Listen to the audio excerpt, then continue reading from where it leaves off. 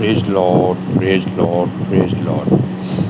सुनिए, जो बातें संसार नहीं देखता या ध्यान नहीं देता, वो पितर आत्मा जी उस बात को देखते हैं और उस पर ध्यान देते हैं। जब परमेश्वर के भवन की नींव रखी जा रही थी तो लोग ऊंचे शब्द से जय जयकार कर रहे थे, लेकिन बहुतेरे याजक और लेविये और पूर्वजों के घराने के मुख्य पुरुष अर्थात वे बूढ़े जिन्होंने पहला भवन देखा था, अब इस भवन की नींव उनकी आंखों के सामने पड़ी, तब वे फूट फूट कर रोने लगे।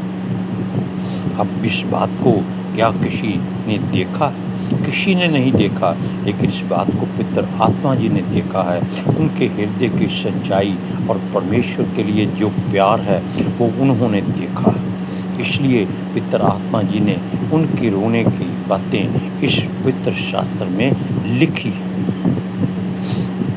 और बहुतेरे आनंद के मारे ऊंचे शब्द से जय जयकार कर रहे थे, क्योंकि उनका ध्यान केवल इसी बात में था कि परमेश्वर के भवन की नींव पड़ रही है और परमेश्वर वहाँ उपस्थित होगा। लेकिन जो रो रहे थे वो इसलिए रो रहे थे कि उन्होंने परमेश्वर का वह जो आनंद था अपने आत्मा में पा लिया था।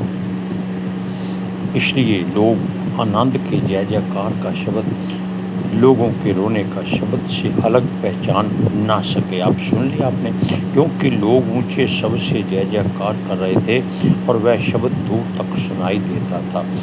लोग शोर मचा रहे थे, लेकिन रोने का शब्द कोई नहीं सुन रहा था। लेकिन परमेश्वर उनको देख रहा था, उनके आंसुओं की गिनती कर रहा था, अपनी कुप्पी में रख रहा था। इस बात को आप एजरा की पुस्तक 3 अध्याय उसकी 12 से लेकर 12 और 13 2 आयतों में पढ़िए। आमीन।